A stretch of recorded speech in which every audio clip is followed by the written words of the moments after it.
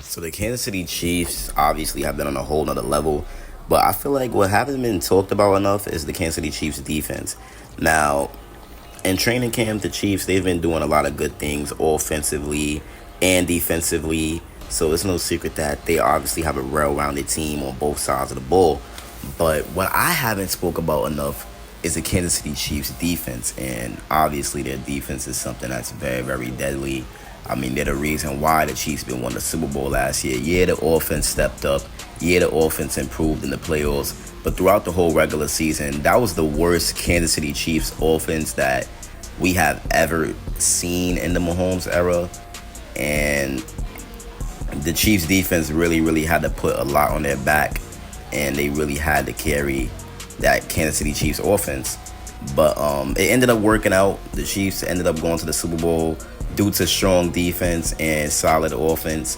I mean, the defense, you could argue that they really, really made the Ravens look horrible. And the Ravens supposed to be the number one offense in the NFL at that time. And the Kansas City Chiefs defense made them look absolutely bad. It was bad out there. I mean, the Ravens had no answer for the Chiefs defense. Lamar Jackson had 2 to 3 picks, I believe. I mean, Zay Flowers fumbled in the end zone, and like crazy fumble recovery by Snead. It was an unreal season for the Kansas City Chiefs defense, and I do think that's going to translate into the next season. There's so many reasons why I could tell y'all that it will. Now, yeah, a lot of people talk about the departure of L'Jarius Sneed and how he lost L'Jarius Sneed, such and such, whatever.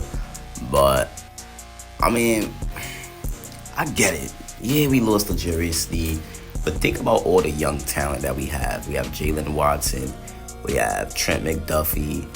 We have Joshua Williams. I mean, all them young studs that is in the secondary. Jaden Hicks, Chamari Connor.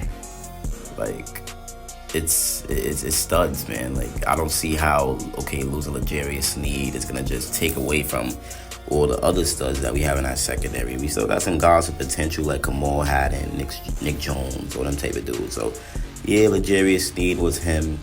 Yeah, L'Jarius Sneed was that guy. But we still got McDuffie, who's going to step up and take his role. And we have other studs in the secondary who could have a pretty solid year, like Isaiah Johnson, like all them type of guys. So I wouldn't say L'Jarius Sneed is going to, losing L'Jarius Sneed is going to take a big hit to our defense. Now, a lot of people may believe that. I mean, I even know a few delusional Texans fans that believe that us losing L'Jarius Sneed is going to change everything in a bad way for us. But that's just AFC fan bases just mad because the Kansas City Chiefs continue to do what other teams just simply can't do, and that's win championships. So, yeah, man, that's why a lot of teams usually hate on the Chiefs, because we're just doing what they simply cannot do.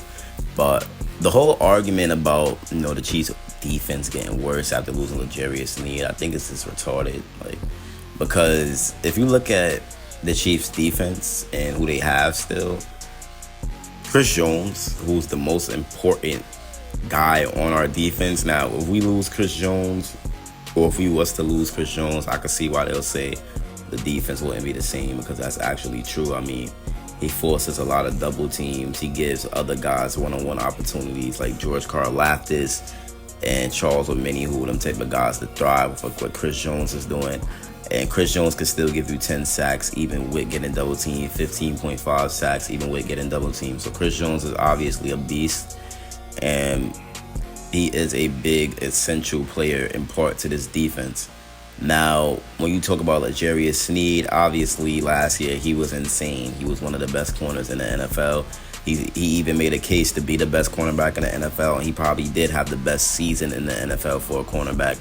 But at the end of the day, what a lot of people fail to realize is that L'Jarius Sneed was definitely a penalty merchant, and that's honestly the truth. I'm not just hating on him because he left the team. He was a penalty merchant. Now, obviously, he wasn't letting up a lot of yards, but he was getting a lot of penalties, and penalties and yards are too different, to be honest. It's down in the stat sheet. But L'Jarius Sneed, he left to go to the Tennessee Titans, and I think it was a perfect move to let him go, because at the end of the day, we'll be fine without him.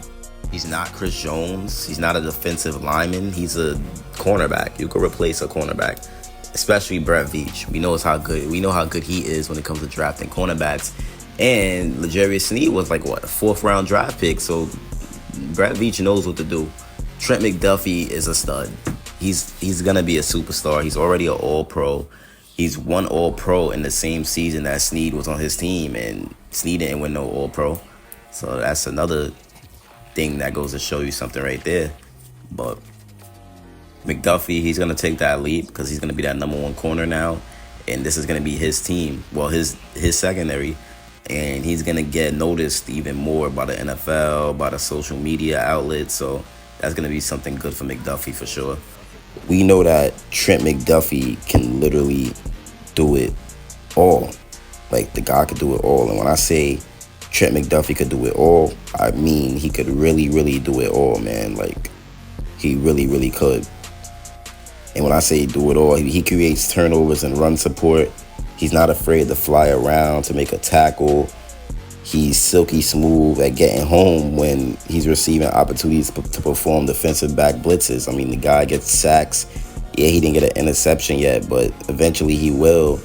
He's going to get more time on the outside this season. So he's going to definitely have that breakout cornerback leap year. You know, he's going to leap. He's going to have that leap. He's going to take it to the next level because he's going to be outside more often. And if you look at our quarterback depth chart right now, we're going to have to keep McDuffie outside more often because, yeah, we just can't risk having him back in that same position as last year and then the other players get burnt. And then, like I said, you have a potential emergence of Jamari Connor, who has experience in the nickel and at safety, and there's going to be an opportunity for him to get more snaps in the slot. So that should be something to watch out for as well. But McDuffie, he could definitely have a smooth transition on the outside because if you look at the comfort and the confidence that he plays with and his talent level, like he's definitely gonna have no problem on the outside. And we know he's had a lot of success on the inside, but I think McDuffie, you could put him anywhere you want to, and he's gonna contribute. So yeah, man, it's gonna be a very exciting year for the Kansas City Chiefs defense, and I just can't wait to see it. I really can't wait to see it. It's gonna be, I could say, experimental with some of these players, like FAU. We still gotta see what he has in the team and stuff like that. But for the most part, I think they're gonna be just as scary as last year, if not better. Definitely gonna be a top 5 defense again, just to complement this insane Kansas City Chiefs offense that we're about to witness. And I can't wait. I literally can't wait. We're about to be in the preseason, so we're getting closer and closer. But, you know, we're all hyped for September 5th, obviously. Like, who isn't hyped for September 5th? That's when it really, really starts. You know, that's when the Chiefs is really, really back. And I just can't wait to see it, man. It's be your boy Chiefs Priority, though. And I'm out. Peace.